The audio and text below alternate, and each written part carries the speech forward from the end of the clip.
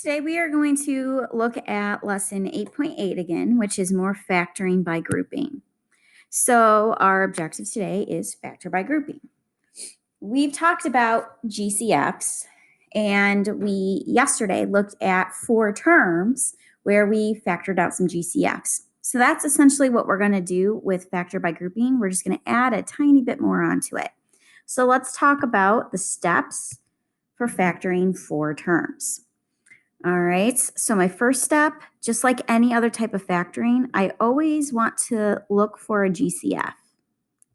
So if there's something that all 4 terms have in common, we're going to want to factor that out first. Okay, so there might be or there might not be, but regardless, after you look for GCF, even if there is one or if there isn't one, you'll still have 4 terms. So then what we're going to do is the same thing that we talked about yesterday. We are going to group the first 2 together. So group first 2 terms together. Group last 2 terms together.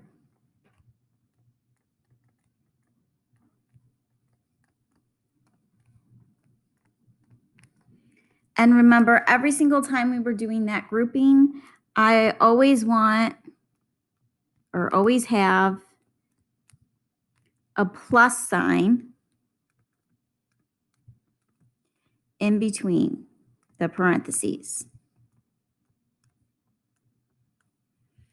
So we should never have a subtraction sign breaking up the 2 parentheses that we did when we grouped the first 2 together and grouped the last 2 together. Okay, after we've done our grouping, now we're going to do like what we did yesterday. We'll factor out a GCF.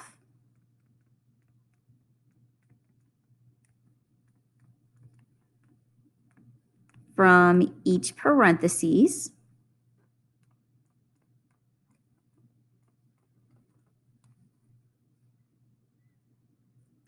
After you factor out a GCF, the parentheses should contain the same terms.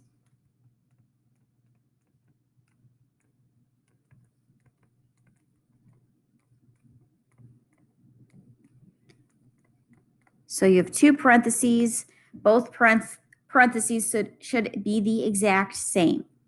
Okay, if they aren't exactly the same, then you either didn't do something correct or I gave you a problem that wasn't factorable. And I will tell you, I will always give you a problem that's factorable. So the parentheses should contain the same terms. If they don't look the same, you made a mistake. Okay, so then our 5th and final step is going to then be to create a binomial times a binomial. Because factoring is multiplication. I'm turning, in this case, 4 different terms into 2 things being multiplied together. Okay, so let's take this 4 steps, or I guess 5 steps, and let's talk about factoring completely. So remember, first step, if I have x to the third minus 5x squared plus 3x plus 15, I have to look for a GCF. So one of the things I have to look for is, are there numbers that all 4 terms have in common? Well, the moment I see that one of my terms has the number 1, that's going to indicate to me that I definitely am not going to have anything in common besides the number 1, and factoring out a 1 is not going to change anything. Then I want to look at all 4 terms, and if there are all variables that they have that are the same, then we need to take those out. Well, the first 3 terms all have x's, but since the last term doesn't, I don't have any variables to take out. So I checked, but there is no GCF. So that took care of step number 1. So now step number 2, I'm going to group the first 2 terms together with parentheses, and I'm going to group the last 2 terms together with parentheses. Notice that I have an addition sign in between the parentheses, which is what I should have. So that was step 2. Step 3, let's factor out a GCF from each parentheses. So if I look at the first parentheses, like I said, there's technically a 1 in front of the x to the third, so there's not going to be a number that I can take out of a 1 and a 5 that isn't just 1. But they both have variables. So remember, when I'm looking at the variables, I'm looking at the exponents, and the most that they have in common are the smaller amount of exponents. So an x to the third versus an x squared, they both have at most 2 x's in common. So I'm going to factor out an x squared. So then left over in parentheses, if I start with x to the third, which are 3 x's, but I took out an x squared, which is 2 x's, hopefully we recognize that there's still 1 x left over. I'm going to bring down that subtraction sign. I didn't take out any numbers, so the 5 is still going to be there, but the x squared got taken out. There's no more x's with that second term. So because my parenthesis ended up being x minus 5, that's what we should have this second parenthesis turn into. So I'm going to bring down that addition sign, and now I want to start looking for a GCF here. So if we look, we've got 3x minus 15. Well, 15 is 3 times 5. So that means that both the first term and the second term have a 3 in common. So I get to factor that out. Both of them don't have a variable, so I can't do anything there. So that means the first term still has an x. I can bring down that subtraction sign. Notice that since 15 is 3 times 5 and I took out the 3, we're left with the 5. And so once again, notice that both of my parentheses are the same. That's what step number 4 is. The parentheses should contain the same terms. So I know that I started that correctly because I do have that. So now the last step says create a binomial times a binomial.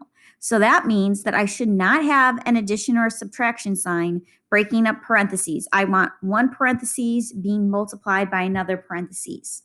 So the first parenthesis is going to be what both of those terms have in common. Well, they have the x minus 5 in common. Then the second parenthesis is going to be the terms that were taken out as the GCF. That is the x squared as well as the positive 3. This would be my factored answer. Okay, so once again, what they had in common becomes one of the parentheses, and the GCFs that got factored out became the other. All right, let's take a look at this next example. We have 3x to the third minus 12x squared plus 2x minus 8. We want to look for a GCF first. So if I look at my numbers, 3, 12, 2, and 8. While 12 and 8 have a 2 in common, you can't take 3 and multiply something times something to get 2 times something to get 3.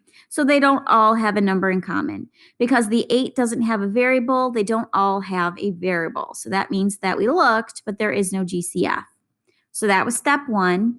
Step number 2, remember, group the first 2 terms together, group the last 2 terms together. We should have an addition sign breaking them up. And notice that I do. So we're good there. So step number 3, factor out a GCF from each parentheses. The first parentheses, 3x to the third minus 12x squared. So the number 3 is smaller than the number 12. So my thought is, can I multiply 3 times something to get 12? And the answer is yes. 3 times 4 gets me 12. So that means that they both have a 3 in common. I'm going to factor that out. But they don't just have a number in common. They also have a variable. So similar to the last problem, if I have an x to the third and an x squared, I can only take out the smaller exponent from the 2. So they both have an x squared in common. So if I take that out, the 3x to the third, I took out the 3 and I took out 2 x's, which means that the only thing that's left over is an x. I'm going to bring down the subtraction sign. Since 12 was 3 times 4, I took out the 3. That means I'm left with the 4. That x squared was taken out, so there's no x's left over with the 4. I'm going to bring down that addition sign.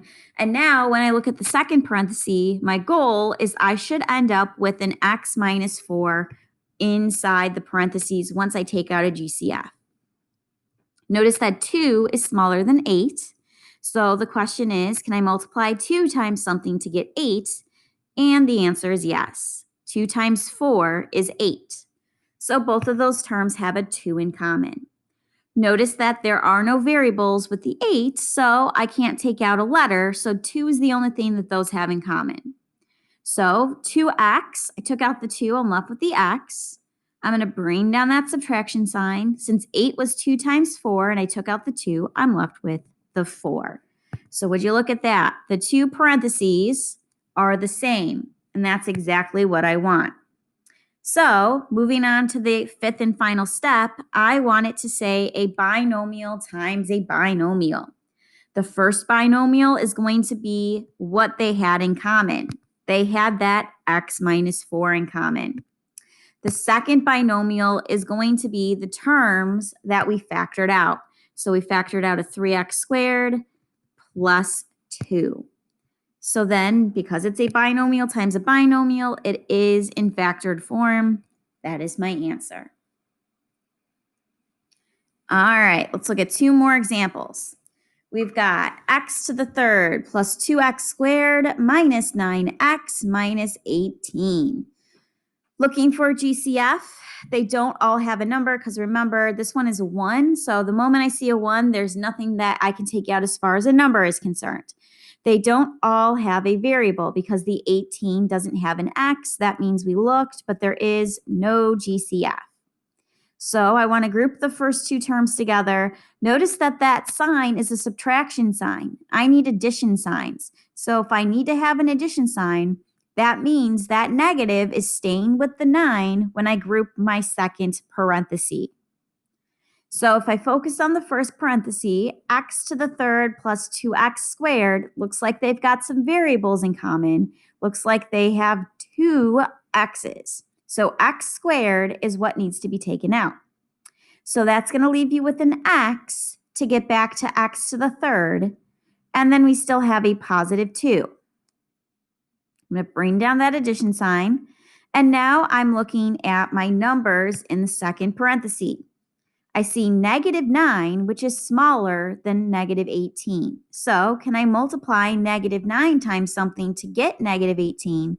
And the answer is yes. That would be a positive 2.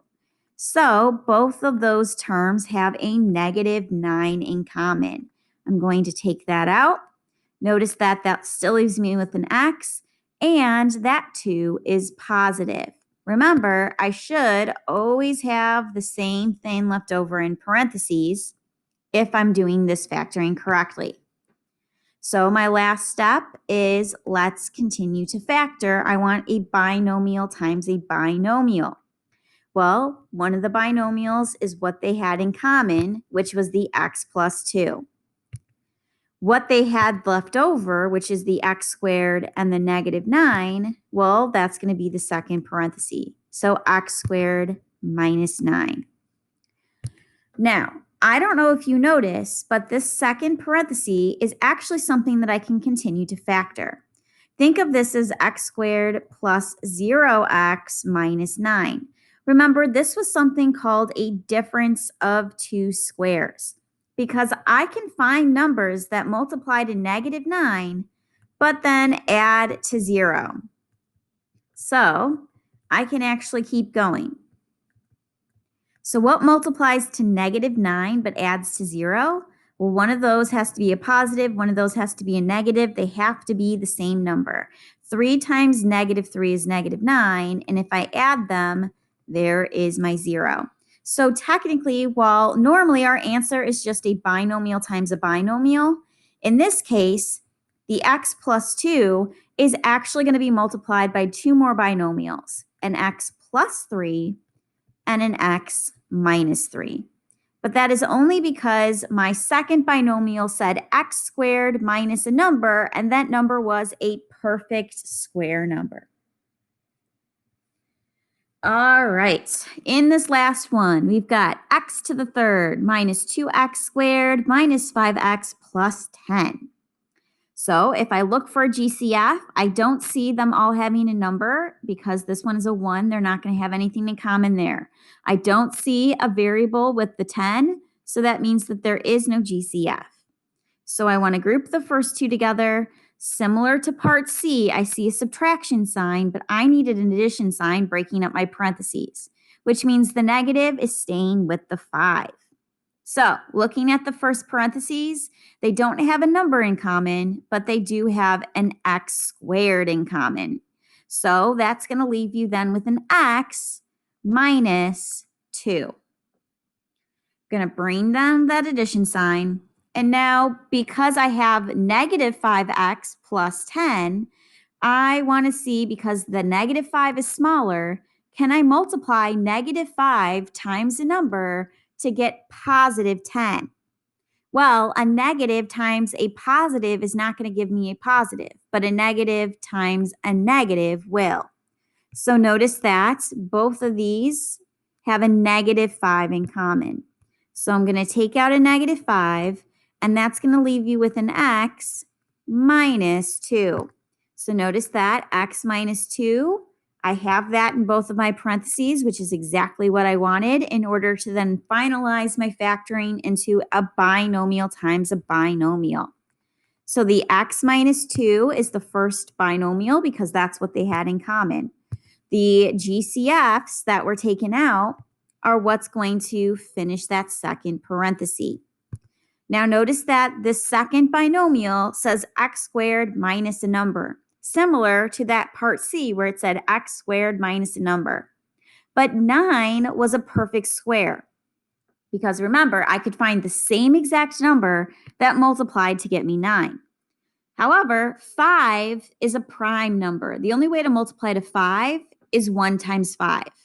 Because I don't have an x in the middle, that means that I have to think of it as a 0x. 1 and 5 are not going to turn into 0. So that means that this does not factor any further, and so that would be my answer.